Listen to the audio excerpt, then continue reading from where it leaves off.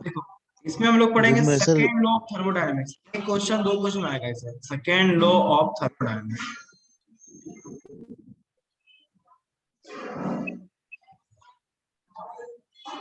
इसमें हम लोग पढ़ेंगे देखो दो इंसान ने सेकेंड लॉ ऑफ थर्मोडायनेमिक्स को डिफाइन किया। एक तो केल्विन प्लैंक ने, दो साइंटिस्ट मिलकर के। एक क्लॉसियस स्टेटमेंट है जो डिफाइन करता है इंट्रॉपी को, जो डिफाइन करता है किसको, इंट्रॉपी को, इंट्रॉपी को, राइट। अब हम बात करेंगे केल्विन प्लैंक ने क्या कहा और दूसरा क्लॉसियस ने क्या कहा। ठीक है, दूसरा क्लॉसियस ने क्या कहा। तो केल्विन प्लैंक ने हीट इंजन के बारे में इंट्रोड्यूस किया। यहाँ पे हम लोग बात करेंगे हीट इंजन का, और क्लॉसियस के द्वारा हम जो बात करेंगे रेफ्रिजरेटर का, और हम बात करेंगे हीट पंप का, हीट पंप का। ठीक है, केल्विन प्लैंक ने हीट इंजन को इंट्रोड्यूस किया और क्लॉसियस ने रेफ्रिजरेशन और हीट पंप के बारे में रिड्यूस किया। देखो होगा क्या, देखो होगा क्या, एक मिनट हम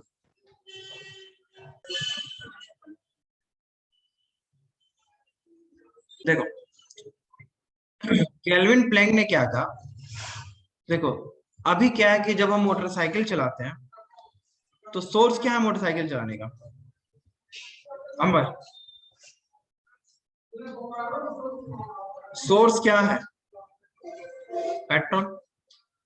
अरे उसमें पेट्रोल डालोगे तब इंजन चला और धुआं निकल गया, और धुआं निकल गया, है ना। बोल नहीं रहा है कुछ।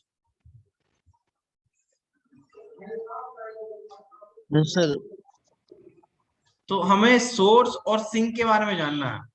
तो केल्विन प्लैंक ने कहा कि कोई भी हीट इंजन, मान लो तुम्हारे पास हीट इंजन है, तो तुम सिर्फ सोर्स पेट्रोल डाल के सिर्फ गाड़ी चला सकते हो क्या। अगर सिंक ना हो, धुआं निकलने का जगह ना हो, तुम क्या इस गाड़ी को चला पाओगे, बोलो।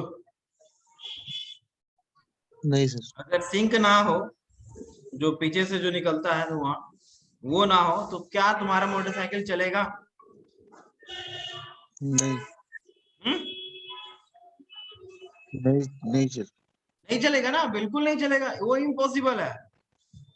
वो इम्पॉसिबल है कि अगर सिंक ना हो और गाड़ी से पेट्रोल डालने से चल जाए, ये इम्पॉसिबल है। तो यही स्टेटमेंट क्या दिए हैं, केल्विन प्लैंक ने दिए हैं कि किसी भी हीट इंजन पे अगर सिर्फ सोर्स अगर आप दे रहे हो तो हीट इंजन क्या होगा, वो इम्पॉसिबल होगा, वो हीट इंजन इम्पॉसिबल होगा। तो उन्होंने क्या कहा कि एक हीट इंजन के लिए क्या है, आपके पास सोर्स होना चाहिए जहां से आप हीट का सप्लाई कर रहे हैं, और क्या होगा, उस हीट इंजन से आपने क्या लिया, वर्क लिया। आपने क्या किया, मोटरसाइकिल के चक्का को चलाया, उस हीट इंजन से आपने मोटरसाइकिल के चक्का को चलाया। इस हीट इंजन में हमने क्या सप्लाई किया, हीट को सप्लाई किया, हीट सप्लाई। और हीट इंजन से वर्क मिलने के बाद क्या हुआ, हीट का रिजेक्शन हुआ। यहाँ का टेम्परेचर क्या होगा, हायर टेम्परेचर, और जो एग्जॉस्ट टेम्परेचर होगा उससे कम है, इसलिए टी लोअर टेम्परेचर। क्या ये लिखने के लिए समझ में आया। उस हीट इंजन में हम क्या कर रहे हैं, हीट का सप्लाई कर रहे हैं, हीट का सप्लाई कर रहे हैं, यानी कि हीट ये ज्यादा वाला हीट होगा। ये हीट गया क्या हीट इंजन में, हीट इंजन क्या हुआ, मूव किया, कुछ ना कुछ हमें वर्क मिला। हमें क्या मिला, वर्क मिला, जिसको वर्क नेट कहेंगे। और जो हीट रिजेक्ट हो रहा है उसका हीट कहीं ना कहीं क्या है, हीट हायर से हीट क्या है, उससे कम है। ये रूम खुला हुआ है, इसी में क्लास है, इसका लाइट वाइट जला दो। ठीक है, बढ़िया से, ठीक है। अंबर,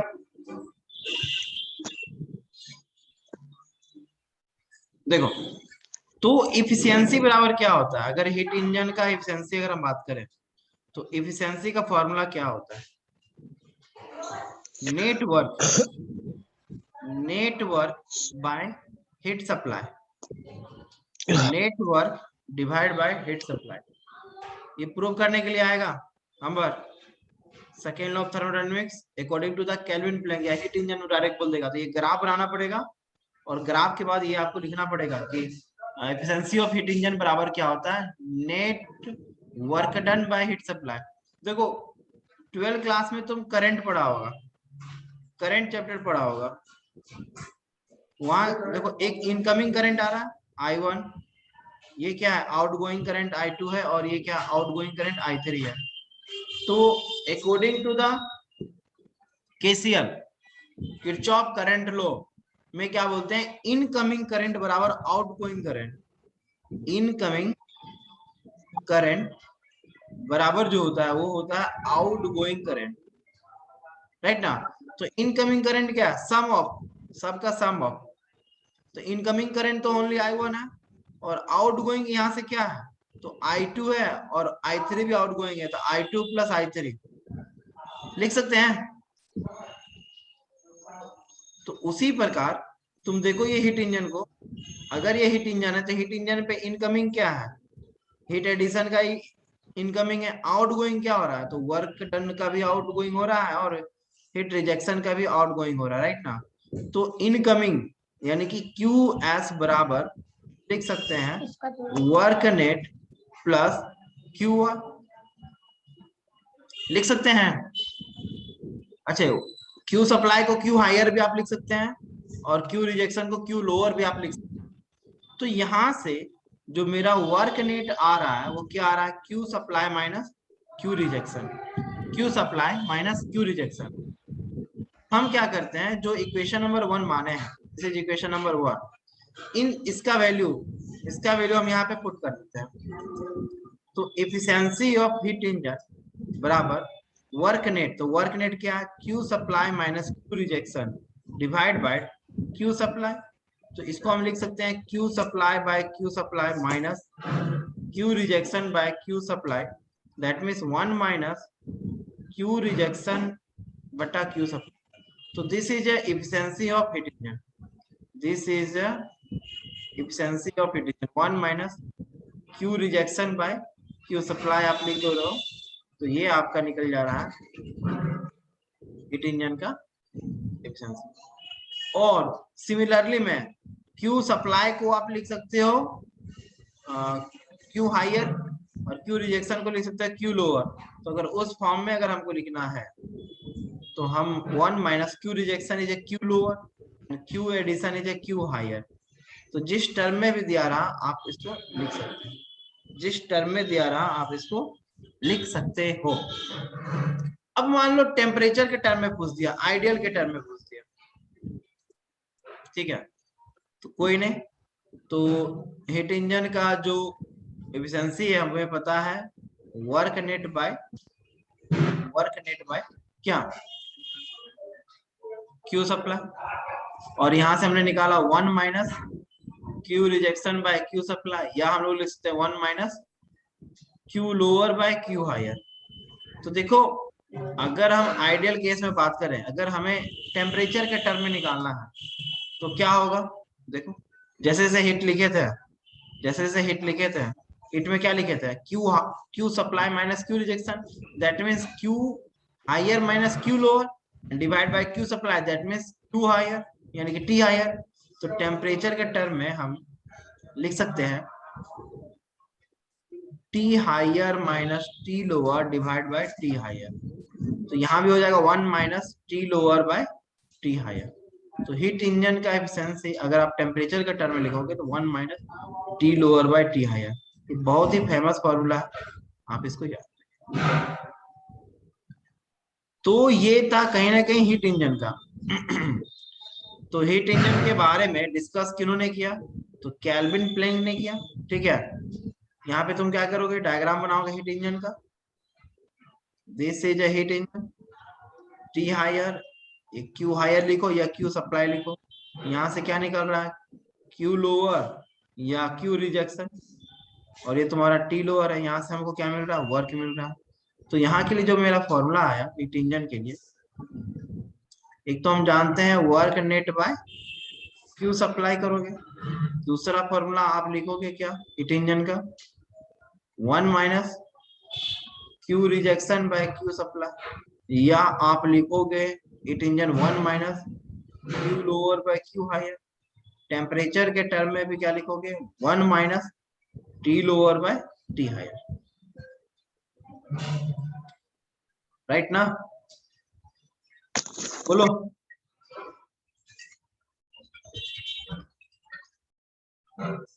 चले आगे।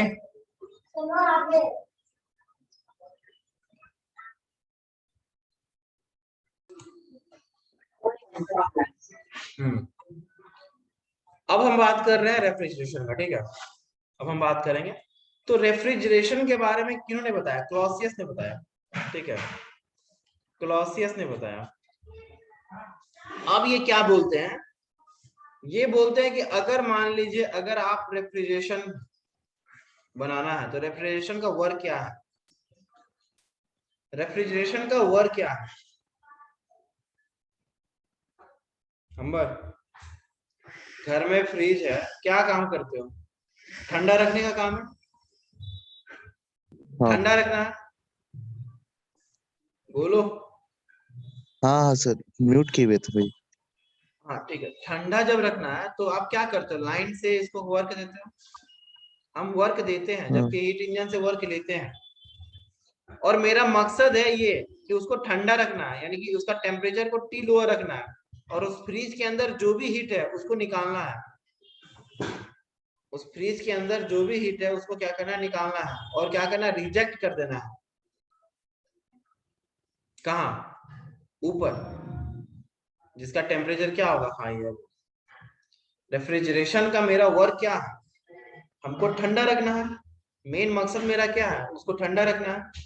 तो मेरा डिजायर हीट क्या है? तो डिजायर हीट क्या है? ये, यानी कि जो हीट को निकालना वही मेरा डिजायर है। उसके अंदर जो भी हीट है उसको हम निकाल रहे, वर्क करके हम निकाले। देख रहे कंप्रेसर लगा होता है रेफ्रिजरेशन के पीछे, देख रहे कंप्रेसर लगा होता है। जब तुम लाइन देते हो तो झन सा आवाज करता होगा, झर करके आवाज करता होगा। तो ये मेरा क्या है? डिजायर हीट है। This is a desire heat. तो अब तक हम जब हीट इंजन का बात कर रहे हैं तो एफिशिएंसी का बात कर देते हैं। यहाँ पे बात करते हैं COP, that means coefficient of performance. That means coefficient of performance. तो कोएफिशिएंट ऑफ परफॉर्मेंस है क्या? तो लिखता है डिजायर हीट। डिजायर हीट आपको जरूरत क्या है? किस हीट का जरूरत है? By net, net work done, ठीक है? नेट वर्क डन या heat up, heat work done, ठीक है? Desire heat by work done या नेट वर्क डन, ओके? तो ये सीओपी हम किसका निकाल रहे हैं? तो ये सीओपी हम निकालना चाह रहे हैं रेफ्रिजरेशन का। किसका निकाल रहे हैं? रेफ्रिजरेशन का। तो यहाँ पे हमें क्या, मान लो यहीं पे हीट पंप पड़ता है, देखो सिमिलरली हीट पंप भी वही है, हीट पंप भी वही है, बट हीट पंप का यूज हम कहाँ करते हैं? जैसे अभी जम्मू कश्मीर में सालों भर ठंडा रहता है, सालों भर ठंडा रहता है। सेम डायग्राम बनेगा हीट पंप का जो रेफ्रिजरेशन का था, ठीक है? यहाँ पे टी हायर, ये क्यू हायर, ये क्यू लोअर और ये टी लोअर। तुम देखो डायग्राम में कोई अंतर नहीं है, सिर्फ एक रेफ्रिजरेटर लिखे हैं और यहाँ पे हम लिखे हैं हीट पंप एचपी। तो जैसे जब हम बात करें जम्मू कश्मीर का या स्विट्जरलैंड अगर हम चले गए तो वहां क्या लोग कंफर्ट जोन में रहना चाहता है, थोड़ा गर्म चाहिए वहां पे फ्रिज का जरूरत नहीं है, वहां पे फ्रिज का जरूरत ही नहीं है, क्योंकि वो पूरा ठंडी प्रदेश है। तो रूम के अंदर क्या चाहिए? हीट चाहिए। तो हीट कैसे हम दें? तो हीट तो इन्वायरमेंट से ही लेंगे ना। तो देखो यहाँ पे भी हम क्या किए? वर्क दिए। बट मेरा ये जब था तो ये रेफ्रिजरेटर का काम कर रहा था, क्योंकि इससे हीट को निकाल रहे हैं और हीट को सप्लाई कहाँ कर दे रहे हैं? इन्वायरमेंट में कर दे रहे हैं। उसी मशीन को उल्टा करके रख दिए हैं कि हीट तो कहीं से निकाल रहे हैं और हीट को कहाँ सप्लाई कर रहे हैं? इस जगह, यानी कि इसको रूम के अंदर लगा दिए। तो यहाँ पे कहीं ना कहीं हीट तो बढ़ रहा है ना, बार बार इस सिस्टम में हीट क्या हो रहा है? ऐड हो रहा है। तो इस सिस्टम में बार बार जब ऐड हो रहा है तो रूम क्या हो जाएगा? गर्म हो जाएगा। रूम गर्म हो गया तो इंसान क्या होगा? कंफर्ट जोन में आ जाएगा। तो यहाँ पे डिजायर हीट कौन सा है? इस जगह मेरा डिजायर हीट ये है, इस जगह मेरा डिजायर हीट जो है वो ये है। यहाँ पे क्या था? हमको उस फ्रीज को ठंडा रखना था, तो डिजायर हीट मेरा क्या था, लोअर टेम्परेचर, क्योंकि लोअर हर सामान को काफी दिन तक रखना है तो उसको क्या करेंगे, लोअर टेम्परेचर पे रखेंगे। बट अगर हम जम्मू कश्मीर में है या स्विट्जरलैंड में है तो हमको रूम को क्या चाहिए, गर्म करना है, तो डिजायर हीट मेरा क्या हो जाएगा, ये हो जाएगा। तो हीट पंप और रेफ्रिजरेशन में डिजायर हीट का ही डिफरेंस है। तो यहाँ भी जब हम सीओपी का बात करेंगे, COP of heat pump, formula वही है, desire heat by net work done. तो देखो अब यहाँ पे अगर रेफ्रिजरेशन का ही बात कर रहे थे तो यहाँ पे नेट वर्क डन क्या होगा, तो देखो इस रेफ्रिजरेशन में ये इनकमिंग है, ये भी इनकमिंग है, और ये क्या आउटगोइंग है। तो इनकमिंग इक्वल टू आउटगोइंग, तो इनकमिंग क्या है, तो W इनकमिंग है, W नेट लिख दीजिए, एंड प्लस टी लोअर नहीं, टेम्परेचर में भी नहीं आ रहा है, हीट में आ रहा है, तो फिर टेम्परेचर में भी सिमिलरली हो जाएगा, Q लोअर, और बराबर क्या हो रहा है, बाहर क्या जा रहा है, तो Q हायर। तो नेट वर्क डन क्या निकल रहा है, Q higher minus Q lower. ठीक है, अब इसका वैल्यू हम रख देते हैं यहाँ पे, इसका वैल्यू हम रख देते हैं यहाँ पे, इसका वैल्यू हम रख देते हैं यहाँ पे। तो देखो COP of refrigerator, COP of refrigerator, तो डिजायर हीट क्या है यहाँ पे, तो डिजायर हीट ये है Q लोअर, और नेट वर्क डन क्या निकल गया ये, that means Q higher minus Q lower, and this is a COP of refrigeration. या इसको आप टेम्परेचर में लिखना चाह रहे हैं कि नहीं सर, इसको टेम्परेचर में आप लिखिए ना, तो कोई बात नहीं। तो COP of refrigerator equal to, अब Q लोअर की जगह क्या लिखोगे, T lower, and T higher minus T lower. अरे कुछ बोल नहीं रहा है, सो गया क्या अंबर,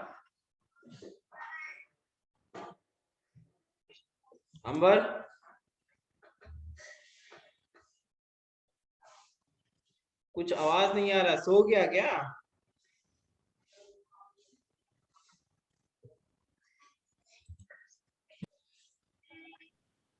देखो अब हम बात कर रहे हैं, अगर हीट पंप का बात कर रहे हैं तो मेरे लिए डिजायर हीट क्या आई है, यहाँ भी वर्क वही होगा, work plus Q lower equal to Q higher, so work equal to Q higher minus Q lower, दोनों में तो वही आया था। बट यहाँ पे डिजायर हीट डिफरेंस हो जाएगा, डिजायर हीट मेरा Q हायर हो जाएगा, क्योंकि हमको रूम को गर्म रखना है, क्योंकि हमको रूम को गर्म रखना है।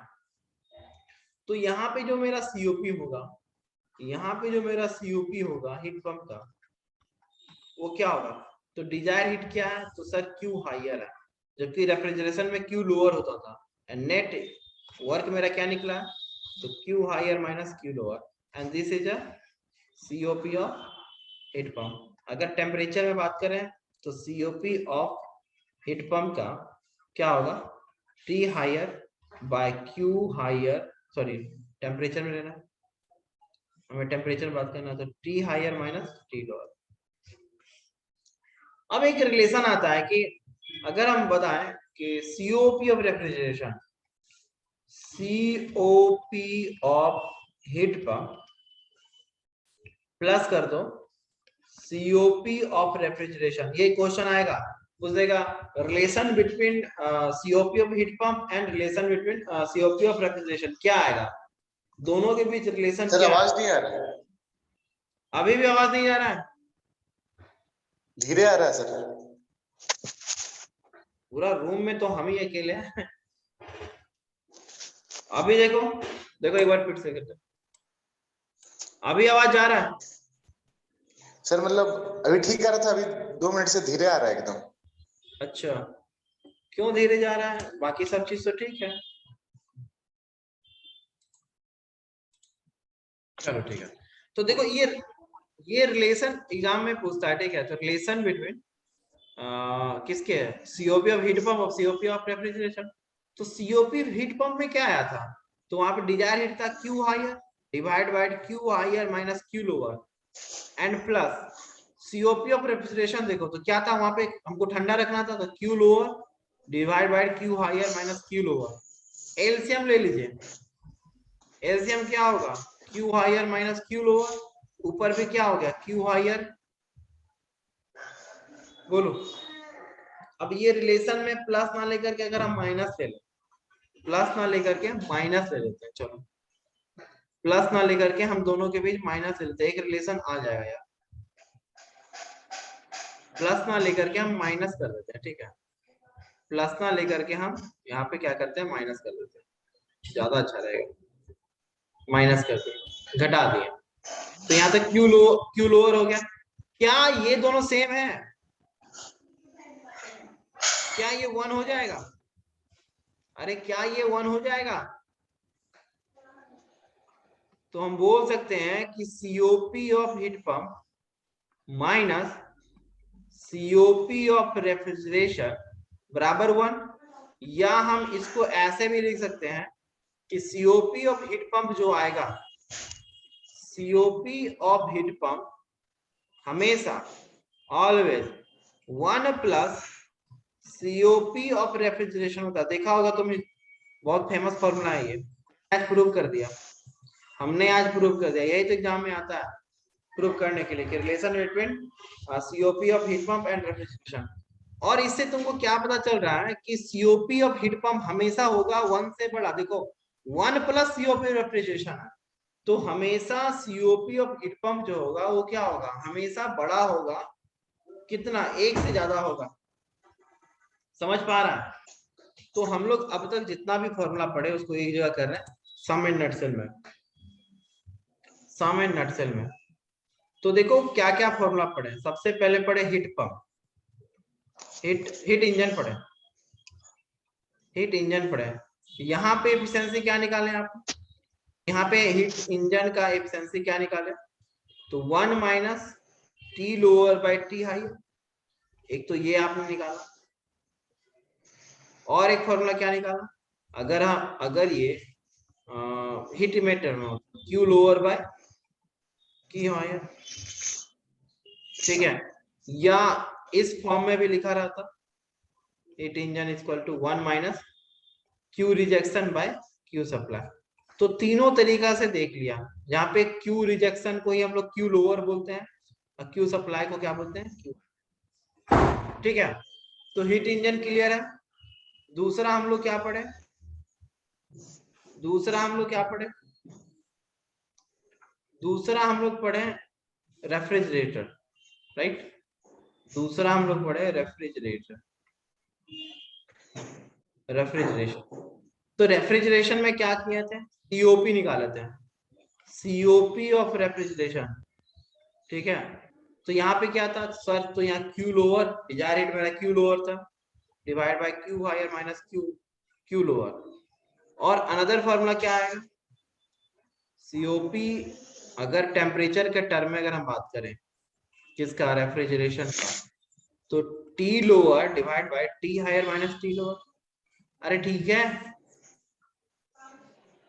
बोलो। अब हम बात कर रहे थे हीट इंजन का, हीट इंजन नहीं, हीट पंप का, हीट पंप। तो हीट पंप में क्या था, यहां भी सीओपी निकाले हीट पंप का, तो क्या आया था, तो यहाँ पे क्यू हायर था क्योंकि हमें रूम को गर्म रखना है, तो Q higher minus Q lower. तो एक टर्म में हम लोग इसमें निकाल लिए, अगर एक टर्म में हम टेम्परेचर वाला निकालें तो वहां क्या निकालेंगे, सीओपी ऑफ हीट पंप, तो T higher by T higher minus T lower, ठीक है। अब दोनों के बीच रिलेशन निकाले थे, दोनों के बीच एक रिलेशन निकाले थे, relation between COP of heat pump and COP of refrigeration. क्या आया था वो रिलेशन क्या आया था, वो रिलेशन आया था कि sir COP of heat pump हमेशा बड़ा होगा 1 से, तो 1 प्लस सीओपी ऑफ रेफ्रिजरेशन, ठीक है।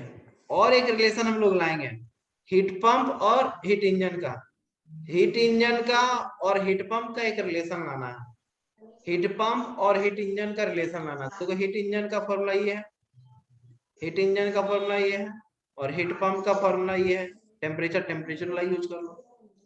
तो अगर हमको रिलेशन लाना है, relation between heat engine and heat pump. तो देखो हीट इंजन का एफिशिएंसी क्या है, 1 minus T lower by T higher. अगर हम हीट पंप का बात सर करें, बोले सर रिजॉइन करे क्या, आवाज धीरे आ रहा है। तुम ही कट करके रिज्वाइन करो।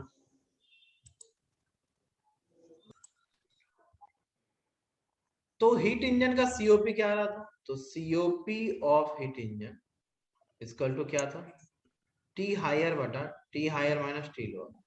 तो देखो इसको कन्वर्ट करते हैं, इसको लिखो, क्या इसको लिख सकते हैं, T higher minus T lower बटा टी हायर लिख सकते हैं।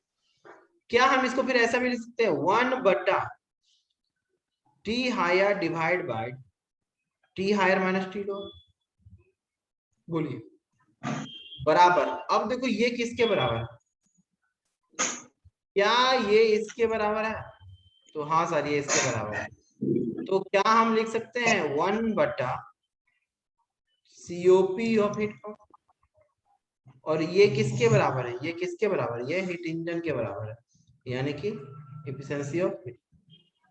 यानी कि आप एक रिलेशन यहां से क्या लाए, एक रिलेशन क्या लाए कि हीट इंजन का जो एफिशिएंसी है वो बराबर होगा 1 बटा सीओपी ऑफ हीट पंप का।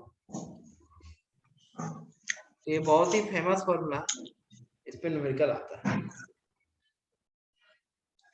देखो क्वेश्चन देखना है, ठीक है, क्वेश्चन है,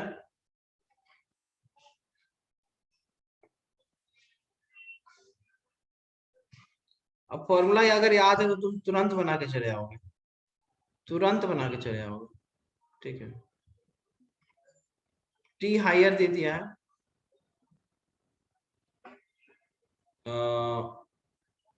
100 डिग्री सेंटीग्रेड, टी लोअर दे दिया है 25 डिग्री सेंटीग्रेड हीट पंप। आपको निकालना है हीट इंजन का एफिशिएंसी, और कुछ नहीं दिया है, और कुछ नहीं दिया है, ना वर्क दिया है ना क्यू सप्लाई दिया है।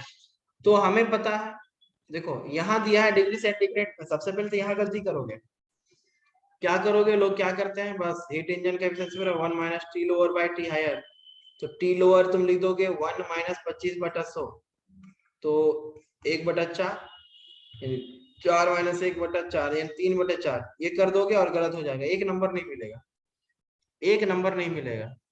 क्यों, क्योंकि सबसे पहले आपको डिग्री सेंटीग्रेड को केल्विन में चेंज करना है, तो केल्विन में चेंज करने के लिए 273 से प्लस कर दोगे, यानी 373 जो केल्विन, हमेशा टेम्परेचर का वैल्यू ऐसा ही केल्विन में रखना है।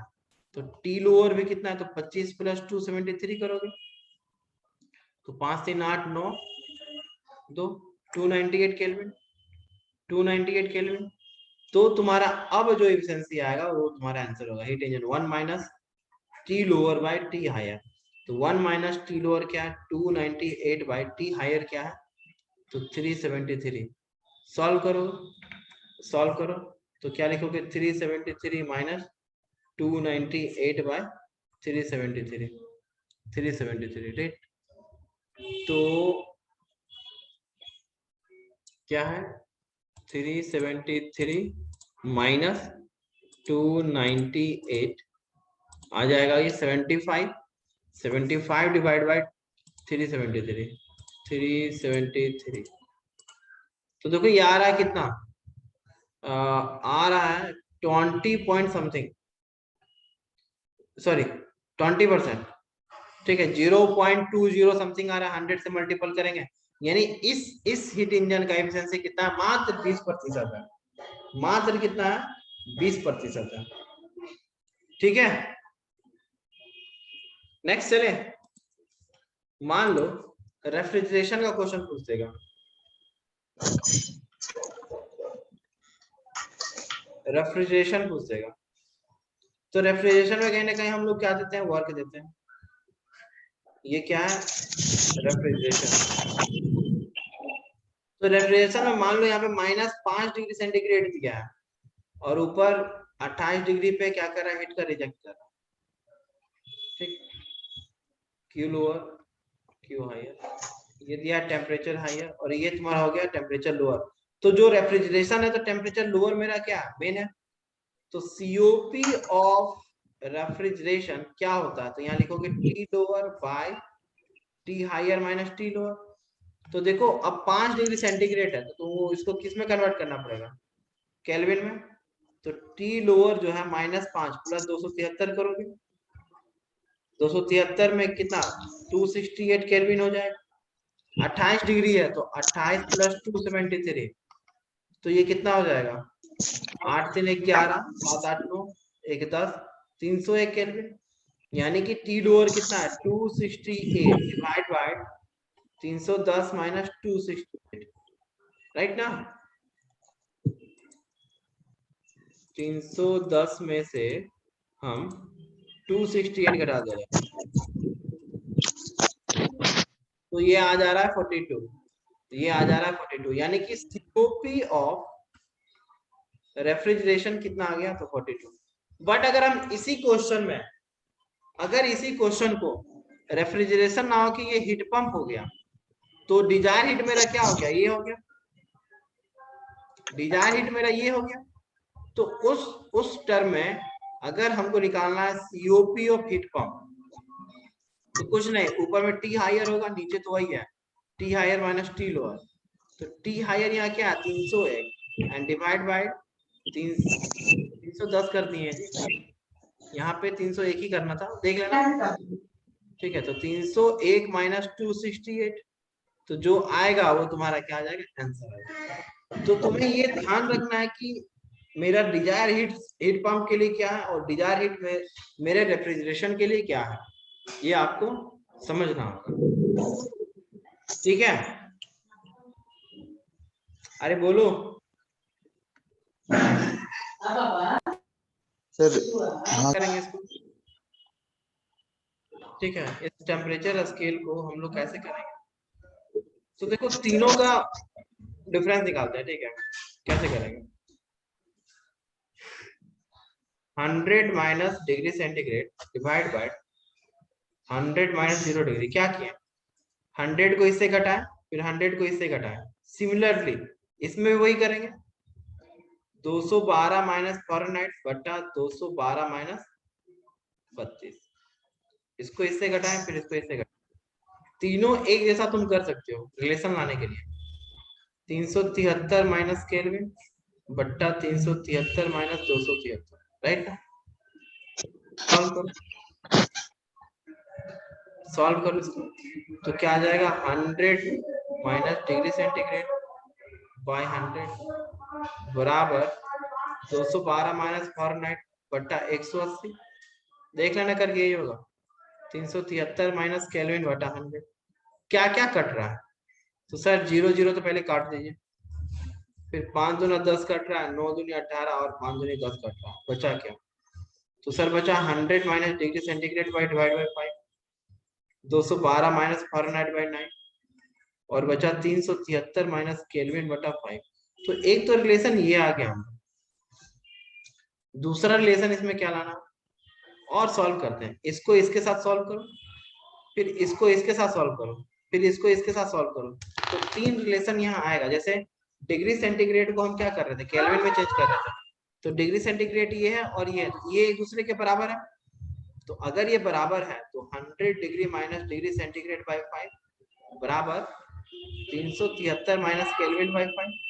देखो इससे क्या रिलेशन आएगा, तो ये कहीं ना कहीं 5 5 कट गया, आ रहा है 100 माइनस डिग्री सेंटीग्रेड बराबर 373 माइनस के, डिग्री सेंटीग्रेड को इधर करो, इन दोनों को इधर कर दो, तो डिग्री सेंटीग्रेड बराबर नहीं केल्विन को करते हैं, या किसी को भी करो यार, क्या दिक्कत क्या प्रॉब्लम। तो यहाँ तो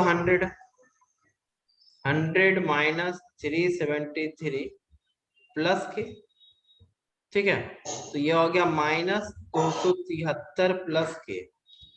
तो रिलेशन क्या आया, तो रिलेशन क्या आया, तो सर रिलेशन आ रहा है 273 को भी इधर कर दो, बराबर के इधर कर दो, तो के बराबर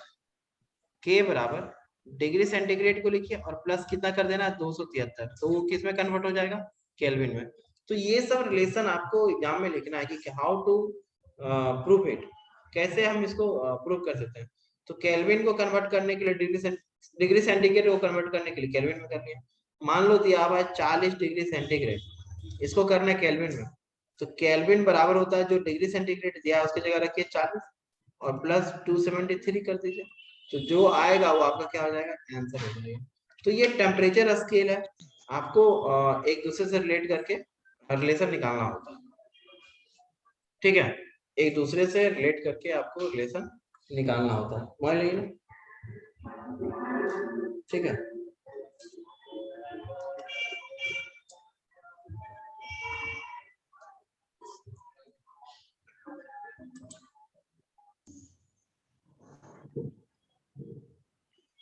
ठीक है, एक है कार्नोट साइकिल, ठीक है, कार्नोट साइकिल है एक है।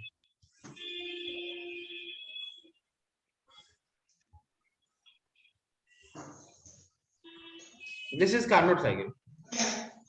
तो देखो अगर ये 1 से 2 हो रहा है तो क्या हो रहा है, 2 से 3 क्या हो रहा है, एंड 3 से 4 क्या हो रहा है, एंड 4 से 1 क्या हो रहा है, ये जानना। अगर हम बात करें, this is PV diagram, this is PV diagram, तो प्रोसेस 1 से 2 क्या हो रहा है, बता सकते हो? देखो दो आइसोथर्मल प्रोसेस होता है एंड दो एडियाबैटिक प्रोसेस होता है, तो 1 से 2 क्या हो रहा है, 1 से 2 क्या हो रहा है, बोलो। अरे कार्नोट भी नहीं पढ़ा है क्या अंबर?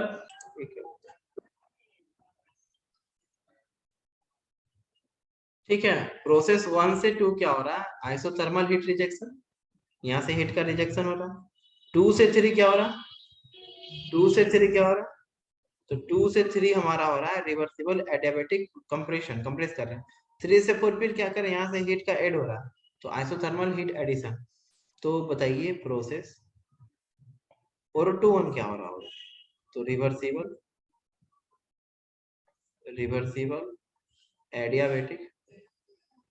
Adiabatic expansion.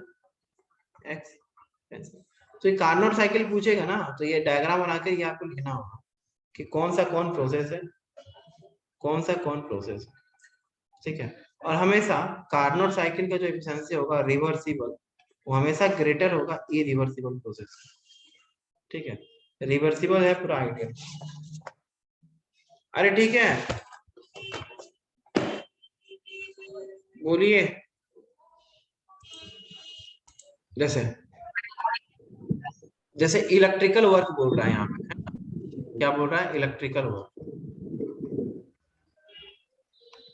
Electrical work. तो इलेक्ट्रिकल वर्क को कैसे डिफाइन करोगे, तो इलेक्ट्रिकल वर्क को हम डिफाइन कर सकते हैं I del T, P I del T, और इसका यूनिट हमेशा जूल में होगा, तो ये इन 12 क्लास का ही है, वी आई डेल टी, ठीक है। तो अरे चार्ज में लगाओ ना, चार्ज नहीं ले रहा, चार्ज नहीं ले रहा ये, हाँ अभी लिए, ठीक है। दूसरा अगर हम बात करें मैकेनिकल वर्क, मैकेनिकल वर्क, तो मैकेनिकल वर्क को कैसे डिफाइन करोगे, बताओ, मैकेनिकल वर्क को कैसे डिफाइन करोगे, 1 से 2 एफ डी एस, डिस्प्लेसमेंट पढ़े हो, डिस्प्लेसमेंट पढ़े हो, सर पढ़े है ना, कि कोई सर इंसान माथा पे रख करके लेके जा रहा है, तो जो फोर्स का डायरेक्शन और डिस्प्लेसमेंट का डायरेक्शन अगर परपेंडिकुलर है तो वर्क मेरा वहां 0 है, बट अगर किसी ठेला को ठेल के ले जा रहे हो, अगर जिस डायरेक्शन में डिस्प्लेसमेंट हो रहा है और उसी डायरेक्शन में फोर्स लग रहा है, तो वहां पे थीटा 180 डिग्री होता है, थीटा 180 डिग्री होता है, तो कहीं ना कहीं वहीं से रिलेशन एक आता है, work equal to F D S, force into displacement. तो इसको हम लोग कहते हैं, वहां सिंपल 11 क्लास में वर्क बोलते हैं इसको, बट इन इंजीनियरिंग इसको हम लोग बोलते हैं मैकेनिकल वर्क। और अभी तुम थर्मोडायनेमिक्स में पढ़ा था ना, बाउंड्री, मूविंग बाउंड्री था, पिस्टन सिलेंडर अगर मूव कर रहा है तो वर्क डन क्या था, पीडीवी में कन्वर्ट हो रहा था, इसको बोलते हैं moving boundary work, moving boundary work, इसको प्रूव भी किए थे। जैसे वर्क बराबर हम लिखते थे क्या, 1 सेट टू TdV। कैसे प्रूव किए थे याद है? देखो हमें पता है वर्क बराबर F इंटू ds, प्रेशर बराबर क्या होता है, फोर्स बाय एरिया। तो फोर्स बराबर क्या हो जाएगा, प्रेशर इंटू एरिया, ठीक है। और वॉल्यूम बराबर क्या है, एरिया इंटू कुछ ना कुछ ds ले लो, तो ये भी वॉल्यूम कहलाएगा। तो वर्क बराबर फोर्स की जगह हम लिख सकते हैं P into area into ds, displacement. Area में मीटर स्क्वायर था, डिस्प्लेसमेंट मीटर था, ये मीटर क्यूब हो गया। तो वर्क बराबर P, इसको आप क्या लिख सकते हो, डेल V। तो कहीं ना कहीं देखो ये मूविंग बाउंड्री मूविंग वर्क के लिए ये फॉर्मूला। और पूछता है एग्जाम में कि और कितने तरह का वर्क हो सकता है, तो हाँ सर हमें पता है।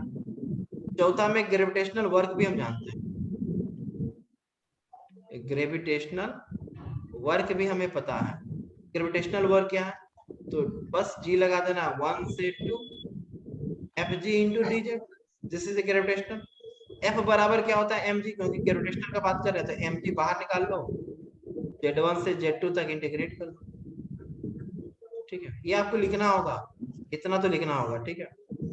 फिर आपसे पूछ देगा एक्सेलरेशन वर्क क्या है, हाँ सर ये भी हमें पता है। एक्सेलरेशन वर्क ये सब नया नया इंट्रोड्यूस हुआ तुम्हारे सिलेबस में। एक्सेलरेशन वर्क इक्वल टू 1 से 2 सबके लिए तो एफ डी एस होता है, बट यहाँ एक्सेलरेशन लगा दिए एफ ए राइट। तो बताओ इसको चेंज करो, 1 से 2 एफ ए को क्या लिख सकते हो, तो हम लिख सकते हैं M DV by D T. अरे डीवी बाई डी टी क्या है, एफ बराबर एम ए पढ़े हो, और एक्सेलरेशन बराबर क्या होता है, वेलोसिटी बाई टाइम, वही लिखे M into DV by D T. और डिस्प्लेसमेंट क्या, हमको पता है वेलोसिटी बराबर क्या होता है, डिस्प्लेसमेंट बाय टाइम। तो डिस्प्लेसमेंट बराबर क्या हो जाएगा, वेलोसिटी इनटू टाइम। तो डिस्प्लेसमेंट की जगह क्या लिख सकते हैं, वेलोसिटी इनटू dt। तो जितना हमें आ रहा है उतना हम लोगों ने यहाँ पे लिख दिया। अब देखो कुछ कट जा रहा है, तो ये dt जहीं जय भारत हो गया, तो m तो बाहर कर दो, 1 से 2 v को इंटीग्रेट करना है dv के टर्म में।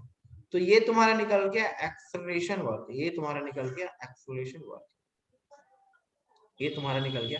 अब मान लो इंटीग्रेट कर दो, इंटीग्रेट करते हैं सर, इंटीग्रेट करके ही बताइए। तो m v का क्या, क्वेश्चन पावर 1 है तो v स्क्वायर हो जाएगा, तो एक बार हो जाएगा v2 का स्क्वायर, एक बार हो जाएगा v1 का स्क्वायर।